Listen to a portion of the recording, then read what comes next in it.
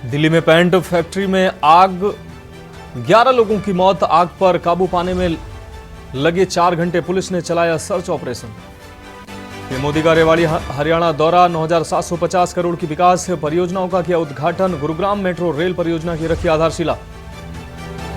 किसान आंदोलन के चलते भारत बंद, दिल्ली में बसों के प्रवेश पर रोक लगाई गई। सभी प्रकार के वाहनों के लिए दिल्ली की सीमाएं सील। महिला पहलवानों के यौन उत्पीड़न केस की सुनवाई आज। ब्रजभूषण पर तय होंगे आरोप। वकील बोले शिकायतकर्ता के बयानों में विरोधाभास, आरोप मुक्त करें कोर्ट। ज्ञानवापी परिसर में अधिकारी के मूलवाद की आज होगी सुनवाई। समेत शेष स्थल के एएसआई सर्वे की मांग, फास्ट ट्रैक कोर्ट में सुना जाएगा वाद। और 150 एनकाउंटर कर चुके Amitabh Yash ADG law and order, UP STF की कमान भी संभालेंगे। प्रशांत कुमार के डीजीपी बनने के बाद ये अतिरिक्त प्रभार आप देख रहे हैं उनको संभालना है। की न्यूज, खबरों का सारथी। नमस्कार, देश की बात में आपका स्वागत है। मैं हूं मनोज मानस। इस बीच मुजफ्फरनगर से बड़ी खबर सामने आ रही है। इस बीच मुजफ्फरनगर से ये बड़ी खबर आपको दिखा रहे हैं। मुजफ्फरनगर से इस वक्त की बड़ी खबर, बम मिलने की सूचना मिली है। आपको बता दें 4 टाइमर बम मिले हैं। मुजफ्फरनगर में बड़ा हादसा टला है। इस वक्त की यह बड़ी खबर आपको दिखा रहे हैं। मुजफ्फरनगर में टाइम बम बरामद हुए हैं। खालापार इलाके से 4 टाइम बम बरामद हुए हैं। इस वक्त की यह बड़ी खबर आपको मुजफ्फरनगर से दिखा रहे हैं। यूपी के मुजफ्फरनगर से इस वक्त की यह बड़ी खबर, टाइम बम के साथ 2 लोग गिरफ्तार किए गए हैं। एसटीएफ की टीम ने टाइम बम बरामद किया है। इस वक्त की यह बड़ी खबर आपको पश्चिमी यूपी के मुजफ्फरनगर से आपको दिखा रहे हैं। मुजफ्फरनगर दंगों से जुड़े हैं बम बनाने वालों के तार। टाइम बम मुजफ्फरनगर में ही बनाए जा रहे थे। एडीजी लॉ एंड ऑर्डर ने मामले को लेकर बयान दिया है।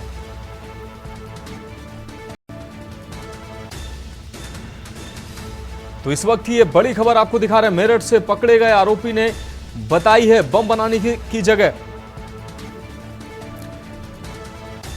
मुजफ्फरनगर दंगों के दौरान बम बनाने की बात सामने आई थी।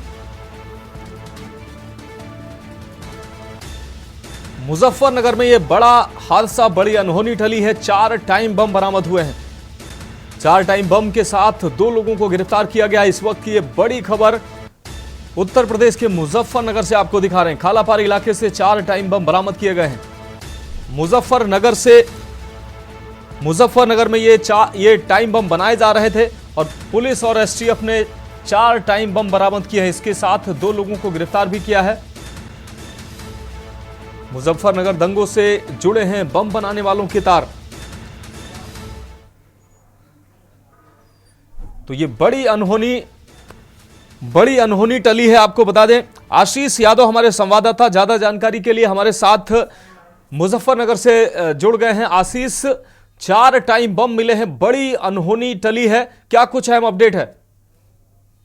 मैं मनोज बता दूं, कल एसटीएफ ने छापा मारा था। या छापा मारने के दौरान उसकी किसी को भनक नहीं लगने दी थी, लेकिन बाद में जब इसका खुलासा हुआ तो पता चला कि एक व्यक्ति पकड़ा गया जावेद नाम का खालापार से।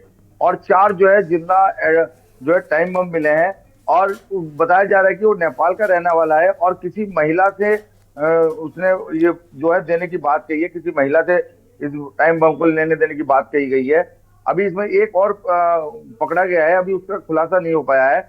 और जहां तक लगता है कि इसके जो दादा, जो बताया जाता है, इसके दादा जो है पटाखे के काम करते थे और तभी से ही इसने पहले भी इस तरीके से बम बनाए हैं, जिसका भी खुलासा पूरी तरह तो नहीं हो पाया है, लेकिन मालूम सूत्रों के अनुसार पता लग रहा है कि इसने पहले भी टाइम बना के जो है यहाँ बेचे हैं। अब कहाँ उसका यूज हुआ है और कहाँ, जैसे कि 2013 का यहाँ दंगा हुआ था, उसमें भी बमों का बहुत यूज हुआ था, तो उस टाइम उसने बनाए थे या नहीं, ये तो जो खुलासा में पता लगेगा। लेकिन ये है कि 4 जिंदा जो है टाइम बम मिले हैं। कोई भी अनहोनी हो सकती थी। अगर ये बम कहीं यूज होते मुजफ्फरनगर में तो हो सकता था कि मुजफ्फरनगर एक बार फिर जो है दंगे की तरफ जा सकता था। जी मनोज। हाँ, आशीष साहब हमारे साथ बने रहिए, हमारे साथ हमारे संवाददाता शिवा शर्मा लखनऊ से ज्यादा जानकारी के लिए जुड़ गए हैं। शिवा, अगर बात की जाए मुजफ्फरनगर में ये बड़ी घटना सामने आई है, 4 टाइम बम बरामद हुए हैं। एक बड़ी जो अनहोनी है, अनहोनी कह सकते हैं इसको, ये टली है। 4 टाइम बम जो काफी पावरफुल बताए जा रहे हैं, ये बरामद हुए हैं। 2 लोगों की गिरफ्तारी भी हुई है। शिवा, क्या आप हमें सुन पा रहे हैं? तो हमारे संवाददाता शिवा शर्मा तक शायद हमारी आवाज नहीं पहुंच पा रही है, दोबारा उनसे जुड़ने की कोशिश करेंगे। फिलहाल आशीष आपके पास आना चाहेंगे। जिस तरीके से आशीष आपने बताया कि नेपाल का यह व्यक्ति रहने वाला था, मूल रूप से जो बम बनाने में संलिप्तता जिसकी पाई गई है, वो व्यक्ति कौन है? क्या वो पकड़ा गया है? और जिस व्यक्ति का आपने जिक्र किया, क्या वही मेन आरोपी है जो जिसके द्वारा ये बम बनाए जा रहे थे? हाँ, मैं बता दूं, जावेद ही वो मेन आरोपी है जो पकड़ा गया है और जिसने खुलासा किया है। और बताया जाए कि जो इसने बम बनाने की जो है, ये अपने दादा से सीखी थी। और जो यूट्यूब पे जो दिखाई जाती है बम बनाने की विधि है वगैरह, उसको भी लेके इसने इस कार्य को किया है। वो यूट्यूब की सहायता से इसने बम बनाया। उसने जो खुलासा किया, यूट्यूब का भी बड़ा रोल बताया जा रहा है कि उसके अनुसार ही उसने ये कार्य किया और जाके ये बम बना पाया। अब आगे कितने बम बनाए और इसने क्यों बनाए, इसका तो अभी खुलासा नहीं हो पाया। लेकिन ये जरूर हुआ है कि किसी महिला को देने की बात कही है, किसी महिला से इसे देने की बात कही कि 4 बम उसको देने थे, इसलिए वो बम बनाए थे। जी मनोज। आशीष, अगर बात की जाए, 2 लोगों की गिरफ्तारी हुई है, क्या और लोगों की तलाश चल रही है? अभी तक 2 लोगों की गिरफ्तारी के बाद पुलिस किस तरह से एक्शन ले रही है और आगे खुलासा हो सके उसके लिए एसटीएफ और पुलिस क्या कर रही है? हाँ, मैं बता दूं, एसटीएफ और स्थानीय पुलिस जो है इसमें लगी हुई है। वो महिला कौन है, महिला की जानकारी ले रहे हैं। महिला कौन है, यहाँ की रहने वाली, किस मामले में है और वो बम क्यों चाहती थी, इस बम का उसका यूज करने का क्या मन था।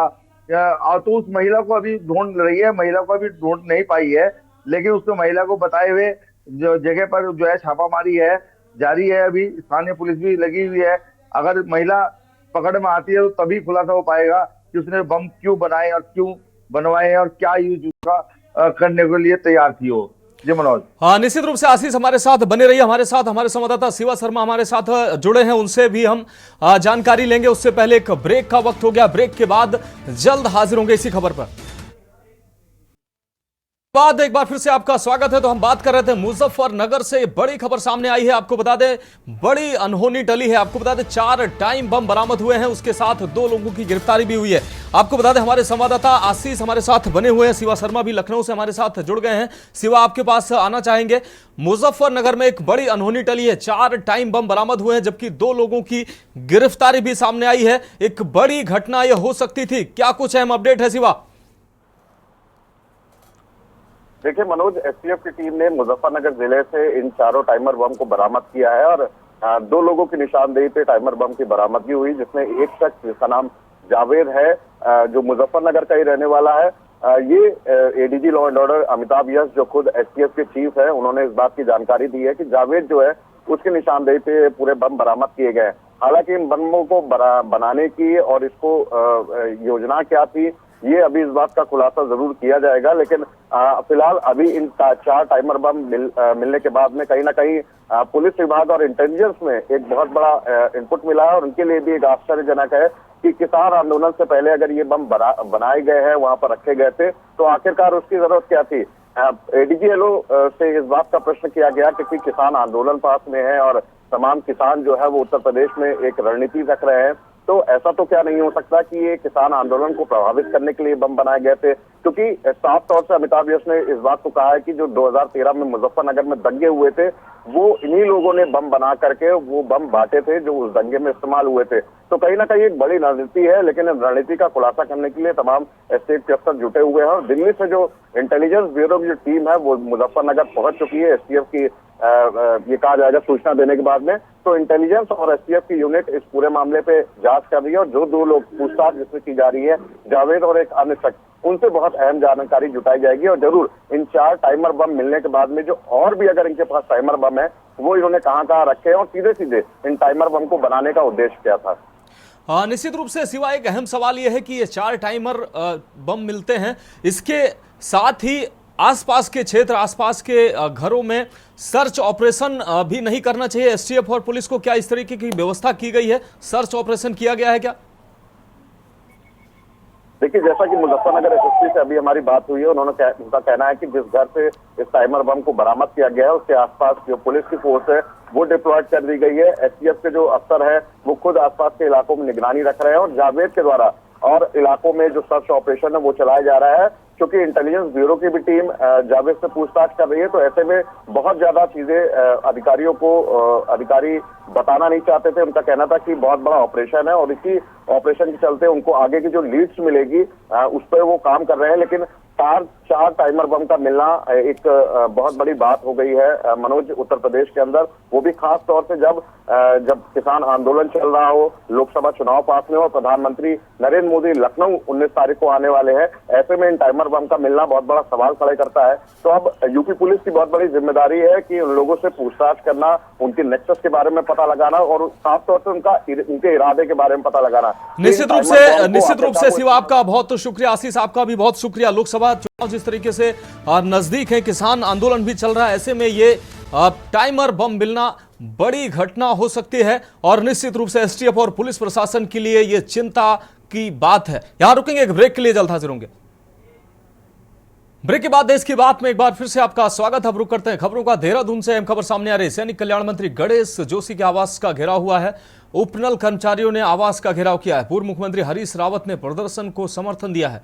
आपको बता दें, नियमितीकरण, समान काम के लिए समान वेतन की मांग, उपनल कर्मचारी संघ महासंघ का शासन पर वादाखिलाफी का आरोप भी लगा है। इस दौरान ये प्रदर्शन देखने को मिला है। मांगे न माने जाने पर उपनल कर्मचारियों ने आंदोलन की चेतावनी दी है। धर्म परिवर्तन और चुनाव बहिष्कार की भी चेतावनी दी है। तो पूर्व मुख्यमंत्री हरीश रावत ने प्रदर्शन को अपना समर्थन दिया है। नियमितीकरण, समान काम के लिए समान वेतन जैसी तमाम अन्य मांगों के साथ यह प्रदर्शन किया जा रहा है। नियमितीकरण, समान काम के लिए समान वेतन, कई अन्य ऐसी ही मांग है। इन मांगों के साथ ये प्रदर्शन किया जा रहा है। मांगे न माने जाने पर उपनल कर्मचारियों ने चेतावनी भी दी है। धर्म परिवर्तन और चुनाव बहिष्कार की चेतावनी दी गई है उपनल कर्मचारियों की तरफ से। सैनिक कल्याण मंत्री गणेश जोशी के आवास का घेराव किया गया है। अब रुक करते हैं अगली खबर का। दिल्ली के अलीपुर में बड़ा हादसा हुआ है। पेंट फैक्ट्री में भीषण आग की घटना सामने आई है। आग लगने से 11 लोगों की जलकर दुखद मौत हुई है। मृतक के परिजनों से मिलने पहुंचे दिल्ली के सीएम अरविंद केजरीवाल ने परिजनों का हालचाल जाना है। तो ये बड़ी और दुखद घटना सामने आई है। पेंट फैक्ट्री में भीषण आग लगी है और आग लगने से 11 लोगों की जलकर निर्मम मौत हुई है। मृतक के परिजनों से मिलने पहुंचे हैं दिल्ली के CM Arvind Kejriwal. Paint factory में यह भीषण आग की घटना सामने आई है। आग लगने से 11 लोगों की जलकर मौत की खबर सामने आई है। मृतक के परिजनों से मिलने पहुंचे हैं दिल्ली के सीएम अरविंद केजरीवाल। आपको बता दें, पेंट फैक्ट्री में आग की भीषण घटना सामने आई है। इससे 11 लोगों की जिंदा जलकर मौत हुई है। दिल्ली के अलीपुर में यह बड़ा और दुखद हादसा सामने आया है। आपको बता दें, पेंट फैक्ट्री में भीषण आग की घटना सामने आई है। मुख्यमंत्री अरविंद केजरीवाल घटनास्थल पर पहुंचे हैं। मिलके 10-10 लाख रुपए का मुआवजा दिया जाएगा। मिलके जाऊंगा अम्मा, मैं मिलके जाऊंगा, चिंता ना करो, मिलके जाऊंगा, मिलके जाऊंगा। हर मृतक के परिवार को 10-10 लाख रुपए मुआवजा दिया जाएगा और हर इंजर्ड को मेजर इंजरी में 2-2 लाख रुपए और माइनर इंजरी में 20-20 हजार रुपए दिए जाएंगे। इसके अलावा आज तो मुख्यमंत्री अरविंद केजरीवाल घटनास्थल पर पहुंचे हैं। उन्होंने मृतकों के परिजनों को 10 लाख रुपए क्षतिपूर्ति के तौर पर देने की बात कही है। वहीं गंभीर रूप से जो घायल व्यक्ति हैं उनको 2 लाख रुपए देने की बात कही है और सामान्य रूप से घायल व्यक्तियों को 20,000 रुपए की रकम देने की बात कही है। अब रुक करते हैं अगली खबर का। भाजपा प्रदेश अध्यक्ष महेंद्र भट्ट ने बृहस्पतिवार को मुख्यमंत्री पुष्कर सिंह धामी और प्रदेश प्रभारी दुष्यंत गौतम की मौजूदगी में राज्यसभा चुनाव के लिए अपना नामांकन दाखिल किया है। विधानसभा परिसर में पूर्ण होने वाली इस प्रक्रिया के लिए भट्ट ने सभी औपचारिकताओं को पूरा किया। इसके बाद उन्होंने नामांकन पत्र चुनाव अधिकारी को सौंपा। इस दौरान मंत्री, सभी विधायक, प्रदेश महामंत्री संगठन अजय कुमार समेत पार्टी के वरिष्ठ पदाधिकारी मौजूद रहे। चौंकाने वाली बात यह रही कि मशहूर भाजपा केंद्रीय नेतृत्व के एक फैसले से उत्तराखंड भाजपा सरप्राइज थी। सीएम धामी ने इस दौरान कहा कि हमने अपने केंद्रीय नेतृत्व का, प्रधानमंत्री का धन्यवाद करते हुए सामान्य स्थितियों में जिनका विकास हुआ ऐसे व्यक्ति को राज्यसभा के लिए मनोनीत किया है। ये हमारे लिए गौरव का क्षण है। सीमांत क्षेत्र चमोली के व्यक्ति को पार्टी ने मौका दिया है। पार्टी के कार्यकर्ताओं में खुशी है। प्रारंभ किया और केंद्रीय नेतृत्व ने आज उनके नाम का जो चयन किया है, मैं केंद्रीय नेतृत्व का, माननीय प्रधानमंत्री जी का धन्यवाद करता हूं कि सीमांत क्षेत्र से प्रतिनिधित्व दिया है राज्य के कार्यकर्ताओं के लिए, राज्य की जनता के लिए एक खुशी का माहौल है। निकट भविष्य में महेंद्र भट्ट जी बहुत अच्छा समन्वय करके हमारी सब बातें केंद्र तक ले जाएंगे। भारत सरकार में ठीक प्रकार से उनको पैरवी करेंगे और विकास के जो काम चल रहे हैं, संगठन को भी आगे बढ़ाने का काम करेंगे और आपस में समन्वय करके केंद्र सरकार और राज्य सरकार और उत्तराखंड की जनता के लिए जो अच्छी योजनाएं हो सकती हैं, अच्छे काम हो सकते हैं, उन सब की पैरवी करेंगे। इससे हम सब लोगों को मजबूती मिलेगी। अब रुक करेंगे अगली खबर का। गुरुग्राम से हजारों की संख्या में बीजेपी के कार्यकर्ता रेवाड़ी के गांव माजरा के लिए रवाना हुए हैं। आपको बता दें, बीजेपी नेता नवीन गोयल अपने 300 गाड़ियों के काफिले के साथ प्रधानमंत्री के स्वागत के लिए रवाना हुए। नवीन गोयल व उनके समर्थकों का कहना है कि फिर एक बार मोदी सरकार। नवीन गोयल ने कहा कि मोदी है तो मुमकिन है। उन्होंने कहा कि अब की बार बीजेपी 400 पार होगी। प्रधानमंत्री करीब 5,450 करोड़ रुपए की लागत से विकसित होने वाली गुरुग्राम मेट्रो रेल परियोजना की आधारशिला उनके द्वारा रखी गई। 28.5 किलोमीटर की कुल लंबाई वाली इस परियोजना में मिलेनियम सिटी सेंटर को उद्योग विहार चरण 5 से जोड़ा जाएगा और साइबर सिटी के पास मॉल सारी एवेन्यू स्टेशन पर रैपिड मेट्रो रेल गुरुग्राम के मौजूदा मेट्रो नेटवर्क में इसे मिला दिया जाएगा। द्वारका एक्सप्रेसवे पर भी इसका विस्तार होगा।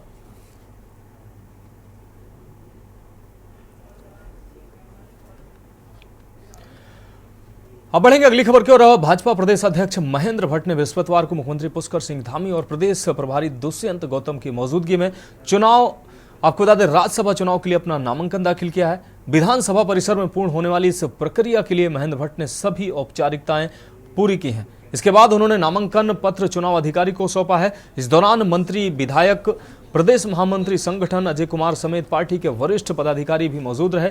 आपको बता दें, भाजपा केंद्रीय नेतृत्व के इस फैसले से उत्तराखंड भाजपा सरप्राइज हुई थी। सीएम धामी ने इस दौरान कहा कि हम अपने केंद्रीय नेतृत्व का, प्रधानमंत्री का धन्यवाद करते हैं कि एक सामान्य स्थितियों में जिनका विकास हुआ ऐसे व्यक्ति को राज्यसभा के लिए मनोनीत किया है। यह हमारे लिए गौरव का क्षण है। सीमांत क्षेत्र चमोली के व्यक्ति को पार्टी ने मौका दिया है।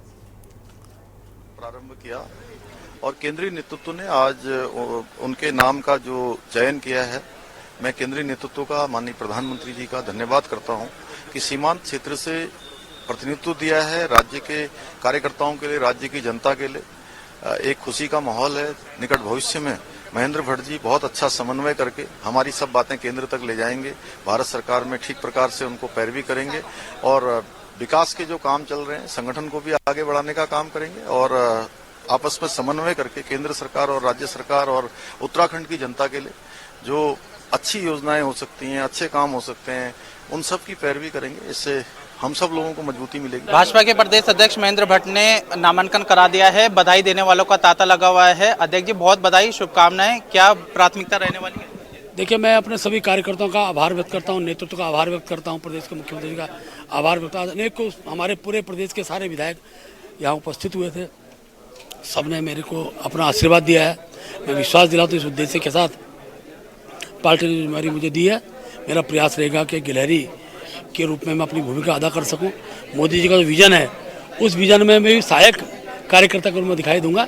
देवभूमि के सीमांत क्षेत्र का मैं प्रतिनिधित्व मैंने किया है और मैं कह सकता हूं कि सीमावर्ती क्षेत्र में जो नागरिक हैं, हमारी द्वितीय पंक्ति के सैनिक होते हैं, उन सैनिकों का भी उत्साहवर्धन प्रधानमंत्री जी ने किया है। अभी केवल माणा गांव को देश का प्रथम गांव संज्ञा दी गई थी। देश के प्रथम गांव के कार्यकर्ता को भी प्रथम स्थान देने का मोदी जी ने काम किया है और निश्चित रूप से उन्होंने देवभूमि के आम नागरिक का दिल जीता है। मैं प्रधानमंत्री जी के प्रति, अपने राष्ट्रीय नड्डा जी के प्रति, अपने अमित शाह जी के प्रति, अपने प्रदेश के प्रभारी दुष्यंत गौतम जी के प्रति, सह प्रभारी रेखा वर्मा जी के प्रति और प्रदेश के मुखिया जो मेरे युवा मोर्चे के समय से मेरे साथी रहे उनके प्रति आभार व्यक्त करता हूं कि मुझे दायित्व दिया गया। देखिए, आपको बड़ी बड़ी जिम्मेदारियां पार्टी लगातार दे रही है। पहले प्रदेश अध्यक्ष बनाए, फिर राज्यसभा का सांसद बनाए। कैसे देखते हैं आप ये दोनों चीजें कैसे हैंडल कर पाएंगे, क्योंकि चुनाव भी तो है? मेरे दल में कार्यकर्ता की क्षमता का मूल्यांकन तो होता ही है, लेकिन मैं ये मानता हूँ जिस कार्यकर्ता को कुछ कमी रह जाती है उस कार्यकर्ता को बार बार जिम्मेवारी देकर संगठन उसकी उन कमियों को दूर करता है। तो मुझे जो दायित्व दिया जा रहा है तो मैं निश्चित रूप से उन कमियों को दूर करते हुए और सफलतापूर्वक अपने कार्य को गति दूंगा। चुनाव भी नजदीक है, ये कैसे माहौल आप देख पा रहे हैं? ये चुनाव का माहौल भाजपा में है और उत्तराखंड के हर लोकसभा में हमने तय किया 50,000 से अधिक मतलब लोग जीतेंगे और उसका स्वरूप पूरे प्रदेश में दिखाई दे रहा है। आप निर्विरोध जीतने वाले हैं। विपक्ष की तरफ से कैंडिडेट भी खड़ा नहीं किया गया है। पहले से हम नरेश बंसल जी और फिर कल्पना और फिर अब आपके बारे में भी ऐसे। देखिए, मैं मुख्य विपक्षी दल का भी आभार व्यक्त करता हूं कि उन्होंने प्रत्याशी खड़ा न करके मुझे अपना एक प्रकार से समर्थन मैं कहूँगा मुझे दिया है और मैं क्योंकि आज नामांकन दिया उनके प्रति मेरा आभार मैं अपना व्यक्त करता हूँ। बहुत बहुत धन्यवाद के न्यूज़ इंडिया से एक्सक्लूसिव बातचीत करने के लिए। तो ये थे भाजपा के प्रदेश अध्यक्ष और राज्यसभा से भाजपा के उम्मीदवार महेंद्र भट्ट, जो कि विपक्ष का भी धन्यवाद अदा कर रहे हैं क्योंकि विपक्ष की तरफ से कोई भी कैंडिडेट खड़ा नहीं किया गया है। ऐसे में महेंद्र भट्ट पार्टी की तरफ से निर्विरोध राज्यसभा के उम्मीदवार घोषित होंगे, ऐसी अटकलें लगाई जा रही है। क्योंकि अभी तक विपक्ष की बात करें तो विपक्ष की तरफ से कोई भी कैंडिडेट खड़ा नहीं हुआ है। मौजूदा विधानसभा की बात करें तो 47 इस समय भाजपा के हैं और 19 विधायक अभी कांग्रेस के हैं। तो ऐसे में समीकरण पूरी तरीके से भाजपा के पक्ष में है और कहीं ना कहीं महेंद्र भट्ट राज्यसभा जाने वाले हैं और 27 फरवरी को राज्यसभा के लिए मतदान होना है। उसी दिन इसके परिणाम भी आएंगे। तो ऐसे में देखना होगा कि महेंद्र भट्ट को पार्टी की तरफ से जो बड़ी जिम्मेदारी दी गई है उसका वो किस तरीके से निर्वहन करते हैं। अपने सहयोगी लईक अहमद के साथ मैं अंकित काला, के न्यूज़ इंडिया, देहरादून।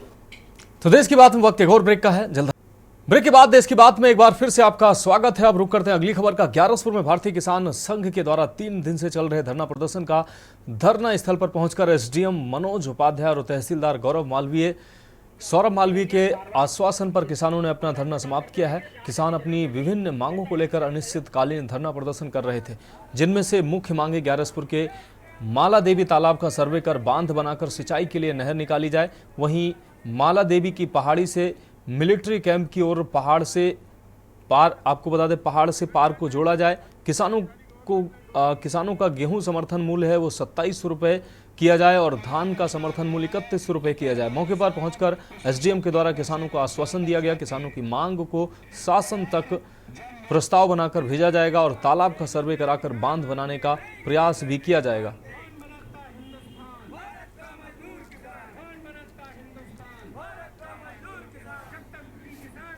बाकी 30 दिन जो धरना प्रदर्शन आज समाप्त हुआ है, 30 दिन, तो क्या आश्वासन के बाद धरना समाप्त किया गया है? एडीएम साहब ने हमें आश्वासन दिया है कि ग्राम पंचायत से जो तालाब को सिंचाई विभाग में ऐड कराना था उसके लिए उन्होंने ये बोला है कि ये हम शीघ्र करवा देंगे और ग्राम सभा का प्रस्ताव हमने उनको दे दिया है। तो ये आश्वासन दे के गए कि हम उनको शीघ्र आपका सिंचाई विभाग में शामिल करा देंगे। देश की बात में अगली खबर हिमाचल प्रदेश के सिरमौर जिले से है, जहां राष्ट्रीय आपदा विमोचन बल की टीम द्वारा वार्षिक फेमिलियराइजेशन कार्यक्रम के तहत राजकीय महाविद्यालय राजगढ़ में आपदाओं पर जागरूकता कार्यक्रम आयोजित किया गया। राष्ट्रीय आपदा मोचन बल की टीम के प्रभारी निरीक्षक प्रवीण कुमार ने बताया कि इस कार्यक्रम में महाविद्यालय स्थानीय लोगों, दुकानदारों एवं आम जनता सहित महाविद्यालय के राष्ट्रीय सेवा योजना एवं राष्ट्रीय कैडेट कोर के समस्त छात्र छात्राओं तथा शैक्षणिक एवं गैर शैक्षणिक स्टाफ को आपदाओं के प्रकार एवं उनके प्रभाव, एनडीआरएफ के कार्य एवं जिम्मेदारियां, भूकंप से पूर्व और उसके दौरान बाद में किए जाने वाले क्रियाओं जैसे रुको, झुको और ढको, प्राथमिक बचाव एवं उपचार क्षमता निर्माण, तीव्र रक्त को नियंत्रण करने वाली तकनीकी सहित सीपीआर एवं अग्नि सुरक्षा एवं आधुनिक स्ट्रेचर बनाने की प्रक्रिया को विस्तृत रूप से आमजन को बताया गया।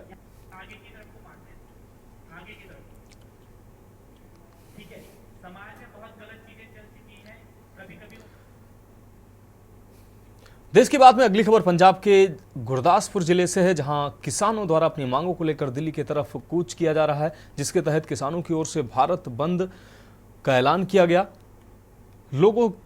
आम लोगों से भी समर्थन मांगा गया है। वहीं गुरदासपुर में भारत बंद का साफ तौर से असर देखने को मिला है। गुरदासपुर में दुकानदारों द्वारा अपनी दुकानें आज बंद रखी गई हैं।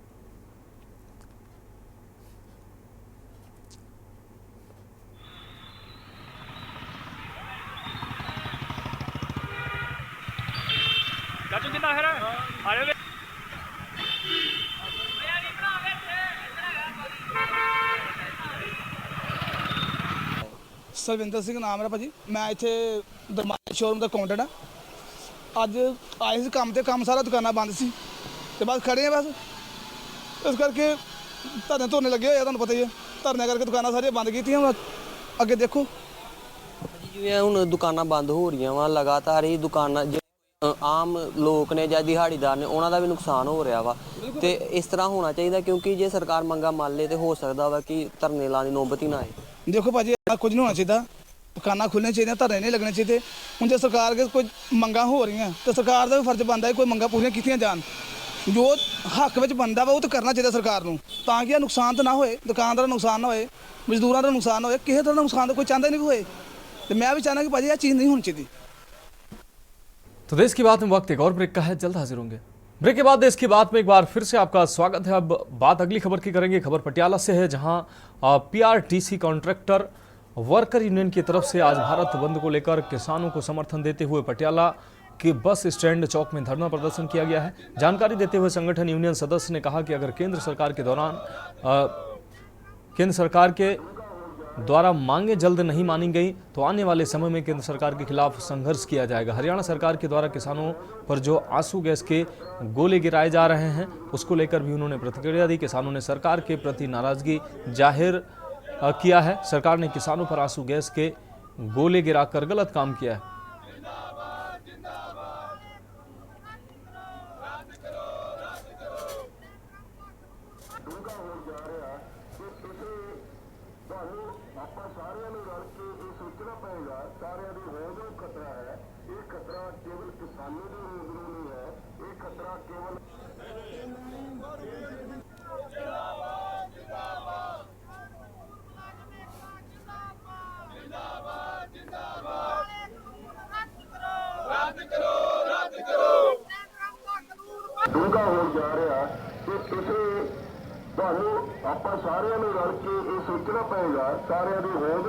अब बढ़ेंगे अगली खबर की ओर। लखनऊ से अगली खबर है। आपको बता दें, यूपी पुलिस ने एक्स पर पोस्ट किया है। पुलिस भर्ती परीक्षा को लेकर ये पोस्ट सामने आया है। भ्रामक खबर का खंडन करते हुए एक्स पर पोस्ट किया गया है। आरक्षी नागरिक पुलिस की लिखित परीक्षा की डेट जारी की गई है। 17 और 18 फरवरी को यह परीक्षा होगी। अभ्यर्थियों को अफवाह पर ध्यान न देने की अपील भी की गई है। तो एक्स पर पोस्ट के माध्यम से यह अपील की गई है। तिथि परिवर्तन संबंधी कोई भी सूचना भ्रामक है।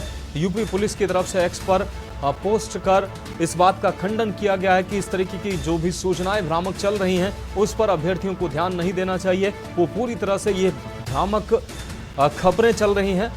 एक्स पर पोस्ट के माध्यम से उत्तर प्रदेश पुलिस ने अभ्यर्थियों को जागरूक करने के लिए ये एक्स पर पोस्ट के माध्यम से अपील की है। अभ्यर्थियों को अफवाह पर ध्यान न देने की अपील की गई है।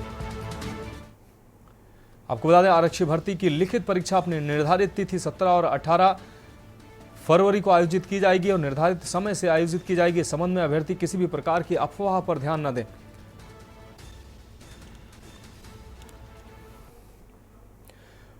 अब रुक करेंगे अगली खबर का। बीएसपी सुप्रीमो मायावती ने एक्स पर पोस्ट किया है। आपको बता दें, पश्चिम बंगाल को लेकर एक्स पर पोस्ट किया है। संदेश खाली में हुए महिला उत्पीड़न पर चिंता जाहिर की है। ममता सरकार से मामले में दोषियों पर कार्रवाई की मांग की है और ऐसी घटनाओं पर रोक लगाने की मांग की है। तो मायावती के द्वारा, बसपा सुप्रीमो मायावती के द्वारा ये एक्स पर पोस्ट के माध्यम से बंगाल सरकार से मांग की गई है। पश्चिम बंगाल को लेकर एक्स पर पोस्ट के माध्यम से बसपा सुप्रीमो ने अपनी बात रखी है। आपको बता दें, संदेश खाली में हुए महिला उत्पीड़न पर चिंता जाहिर की है। ममता सरकार से मामले में दोषियों पर कार्रवाई की मांग की है।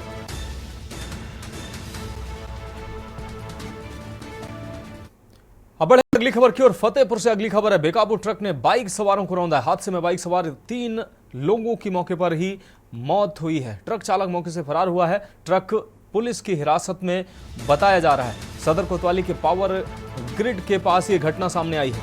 हादसे में बाइक सवार 3 लोगों की मौके पर ही मौत हुई है। ये खबर आपको दिखा रहे हैं। फतेहपुर से अहम खबर। ट्रक चालक मौके से फरार हुआ है, जबकि ट्रक पुलिस ने हिरासत में लिया है। सदर कोतवाली के पावर ग्रिड के पास ये घटना घटित हुई है। फतेहपुर से इस वक्त की अहम खबर आपको दिखा रहे हैं। बेकाबू ट्रक ने बाइक सवारों को रौंदा है। हादसे में बाइक सवार 3 लोगों की मौके पर ही दुखद मौत हुई है। ट्रक चालक मौके से फरार हुआ है, जबकि ट्रक को पुलिस ने हिरासत में लिया है। सदर कोतवाली के पावर ग्रिड के पास ये घटना हुई है। इस वक्त की ये बड़ी खबर फतेहपुर से आपको दिखा रहे हैं।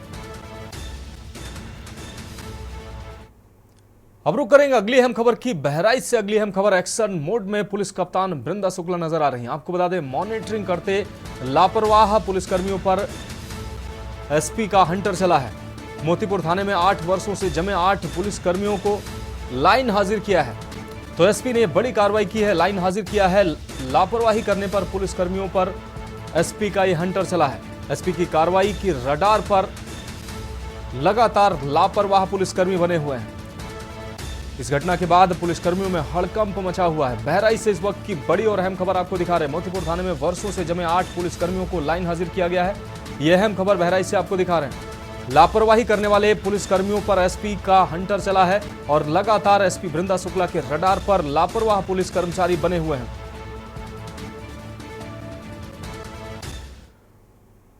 तो देश की बात में वक्त एक और ब्रेक का है, जल्द हाजिर होंगे।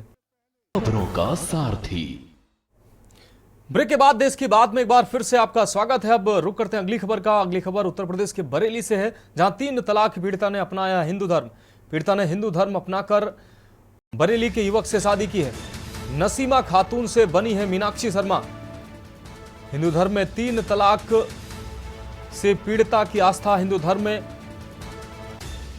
बनी, जिसके बाद उसने धर्म परिवर्तन किया। बिहार के पूर्णिया की रहने वाली थी युवती ने, आपको बता दें, मनोज शर्मा से शादी की है। महिला ने डीएम और एसएसपी से लिखित में शिकायत की थी। परिवार वालों से जताया ऑनर किलिंग का खतरा। तो बरेली से इस वक्त की ये खबर आपको दिखा रहे हैं। 3 तलाक से पीड़ित मुस्लिम महिला ने हिंदू धर्म अपनाया है। महिला ने डीएम और एसएसपी से अपनी जान को खतरा भी बताया है। परिजनों से अपनी जान का खतरा बताया है। 3 तलाक की पीड़िता ये महिला।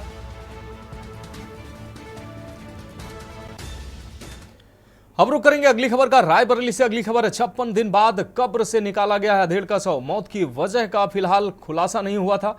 पत्नी ने लगाई थी न्याय की गुहार। पत्नी ने पति की हत्या का आरोप लगाया था। 56 दिन बाद कब्र से निकाला गया है अधेड़ का शव। शव निकलवाकर पोस्टमार्टम के लिए भेजा गया है। पुलिस और प्रशासनिक टीम की मौजूदगी में यह शव निकाला गया है। नसीराबाद थाना क्षेत्र का यह पूरा मामला है। 56 दिन बाद शव को कब्र से बाहर निकाला गया है।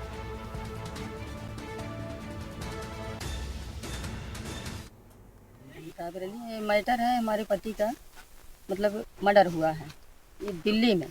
कब की बात है ये 20 तारीख 20 दिसंबर को रात में उनके साथ ऐसी घटना हुई। कहाँ पे? दिल्ली में fast track filtration limited private limited company है तीरागढ़ी। हाँ, तो क्या हुआ फिर? वहीं पे मतलब वो रात को रहते थे और उसी में सोते थे फैक्ट्री के अंदर ही। हाँ, कंपनी के अंदर। तो उस दिन रात को जब उनकी मतलब मृत्यु हो गई तो उमाकांत पांडे जी ने कहा कि हमारे बेटे को 2 बजे रात में फोन किया। कौन है उमाकांत पांडे? उमाकांत पांडे कौन है? वो मैनेजर हैं। अच्छा। तो उन्होंने फोन किया कि आप जल्दी आ जाओ, आपके पिताजी बेहोश हैं। तो मेरा लड़का जब वहाँ गया तो बोले कहाँ हो चाचा? तो कहे कि आप आ जाओ संजय गांधी अस्पताल, संजय अस्पताल। संजय अस्पताल पहुंचने के पहले उन्होंने फोन किया कि चाचा कहाँ हो, तो बोले दीनदयाल आ जाओ। दीनदयाल में उतर कर मेरा लड़का बाथरूम भी किया, लेकिन ढूंढा भी, लेकिन नहीं मिले। तो फिर उन्होंने फोन किया कि चाचा आप कहाँ हो, बोले कि अभी मैं रास्ते में हूँ। थोड़ी देर बाद कॉल किया कि आ जाओ पीरागढ़ी पुष्पांजलि हॉस्पिटल में। जब मेरा लड़का वहाँ पहुँचा तो तुरंत किसी कागज पर साइन करवा लिए, बोले कि आपके पिता को मतलब वो दवा करानी है। दवा के लिए जो साइन किया तो उसके बाद बोले कि इनकी तो डेथ हो गई। तो उसके बाद इन्होंने कहा कि क्या करना चाह रहे, मतलब हमारे भाई साहब ने कहा कि पोस्टमार्टम के लिए तो सारे बच्चे जो कंपनी के अंदर थे वो बारी बारी से सभी को घेर लिए। लड़के थे, सब चारों तरफ से एकदम मंडरा रहे थे। जब घेर लिया उन्होंने तो ये कुछ बोलने नहीं पाया और बोले कि आपकी माँ रास्ते में है, अगर उनको सूचना मिल गई तो कोई अगर घटना हो, अनहोनी हो जाएगी तो इसके जिम्मेदार तुम हो। अब रुक करेंगे अगली खबर का संभल से। अगली खबर है फर्नीचर शोरूम में आग लगने का मामला सामने आया है। आपको बता दें आग लगने से 50 लाख का नुकसान हुआ है। आधा दर्जन फायर की गाड़ियां मौके पर पहुंची हैं और आग बुझाने का प्रयास किया है। 3 लोग सामान निकालते समय मामूली रूप से झुलसे हैं। बहजोई कोतवाली क्षेत्र के कस्बा का यह पूरा मामला है। तो आधा दर्जन की फायर ब्रिगेड की गाड़ियों ने मौके पर पहुंचकर आग पर काबू पाया है। इस दौरान सामान निकालते वक्त 3 लोग मामूली रूप से झुलसे हैं। आग से लगभग 50 लाख रुपए नुकसान की बात सामने आई है। आपको बता दें आधा दर्जन फायर की गाड़ियों ने मौके पर पहुंचकर आग पर काबू पाया है, जबकि 3 लोग इसमें मामूली रूप से झुलसे हैं। अब रुक करेंगे अगली खबर का ताजनगरी आगरा से। अगली खबर है ताजनगरी में अवैध हथियारों का प्रदर्शन देखने को मिला है। झगड़े में दबंग ने अवैध असलाहा से फायर किया है। दबंग की खुलेआम दबंगई नजर आई है, जबकि पुलिस को इन दबंगों का खौफ नहीं है। दबंग द्वारा फायर करने का वीडियो वायरल हो रहा है। थाना कागारोल क्षेत्र के गांव लोरिया का यह पूरा वीडियो बताया जा रहा है। तो आगरा से इस वक्त की अहम खबर आपको दिखा रहे हैं। ताजनगरी में अवैध हथियारों का प्रदर्शन साफ तौर से देखने को मिला है। घटना का वीडियो भी वायरल हुआ है। झगड़े में दबंग ने अवैध असलाहा को प्रदर्शन किया है, असलाहा का, और फायरिंग भी की है। तो दबंग की खुलेआम दबंगई देखने को मिली है। पुलिस का खौफ इन दबंगों में देखने को नहीं मिल रहा है।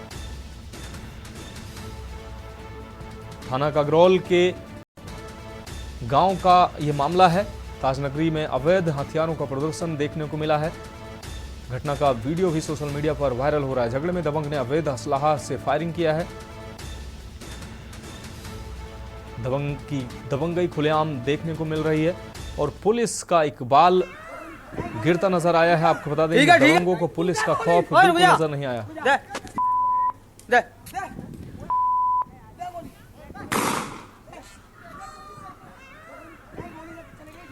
तो साफ तौर से तस्वीरें आप देख सकते हैं। दबंगों में पुलिस का खौफ बिल्कुल नजर नहीं आ रहा है। अब रुक करेंगे अगली खबर का। खबर कानपुर से है, जहां गांधीनगर स्थित लक्ष्मण पार्क में बने पवन तनय धाम में हर साल की तरह इस साल भी वार्षिकोत्सव मनाया गया। वहीं मूर्तियों की प्राण प्रतिष्ठा भी की गई है। कार्यक्रम के बाद भक्तों ने भंडारे का प्रसाद ग्रहण किया है।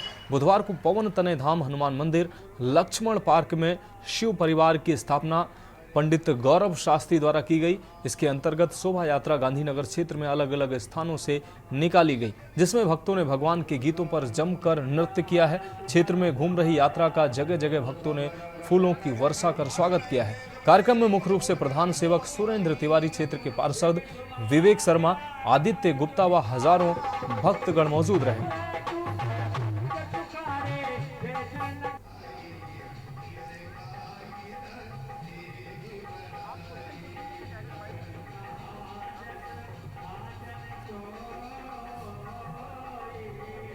तो लक्ष्मण पार्क में शिव परिवार की आपको बता दें भगवान के गीतों पर जमकर झूमे हैं भक्त। पवन तनय धाम में मनाया गया है वार्षिकोत्सव। लक्ष्मण पार्क में शिव परिवार की स्थापना हुई है। तो कानपुर से ये खबर आपको दिखा रहे हैं। भगवान के गीतों पर जमकर झूमे हैं भक्त। पवन तनय धाम में मनाया गया है ये वार्षिकोत्सव कार्यक्रम। भव्य तरीके से कार्यक्रम मनाया गया है। लक्ष्मण पार्क में शिव परिवार की स्थापना हुई है। इस बीच भगवान के गीतों पर जमकर भक्तगण झूमते नजर आए हैं। यहाँ हमारे पवन तनय धाम में हर वर्ष हनुमान जी का वार्षिक उत्सव होता है और हमारे यहाँ कल से 13 तारीख को शिव परिवार की प्रतिष्ठा प्रारंभ हुई है। जैसे राम जी वहाँ पर लगभग 500 वर्षों बाद आए, ऐसे ही हमारे बाबा भी 14 वर्षों बाद लगभग स्थापित हुए। से करीब 20 वर्ष पहले ये हनुमान जी की स्थापना हुई थी पवन तनय धाम के नाम से। तब से इनकी कृपा समझिए कि हमें इनका सेवा का मौका मिल रहा है और अनवरत इनका जो वार्षिकोत्सव होता है, इनकी स्थापना के दिन या ये स्थापना जिस दिन हुई थी तो उसी दिन हम इनका उसी धूमधाम से वार्षिकोत्सव प्रतिवर्ष 14 फरवरी को आखंडनामा बैठालते हैं। ये पवन तनय धाम बाबा बजरंग बली का सिद्ध स्थान है और ऐसा आजमाया जाना समझा सब कुछ है। यदि मन से जो चाहा जो माना वो प्राप्त हुआ, उसके साक्षात प्रत्यक्ष उदाहरण हम खुद हैं। हमने बाबा से जो चाहा बाबा ने हमें वो दिया, तो बाबा ये बिल्कुल सिद्ध हैं। जो मनोकामना अगर मन से हृदय से मानी है तो वो पूर्ण हुई है, मेरी पूर्ण हुई है। और आज से 14 साल पहले, बाबा तो 21 साल पहले आए, 14 साल पहले हम लोग यहाँ पर नर्मदेश्वर की मूर्ति जयपुर से सब पूरे शिव परिवार को लेके आए। कुछ अड़चने थी, आती थी, पता नहीं क्या था, लेकिन शायद हर चीज़ की नियत एक निर्धारित होती है, कब किस दिन किसका बैठना है, किस दिन उठना है, कब जाना क्या है तय है। तो शायद बाबा को मेरी जीत के बाद ही यहाँ पर स्थापित होना था। साथ अभी के लिए इतना ही, मुझे दीजिए इजाजत और आप देखते रहिए के न्यूज़ इंडिया।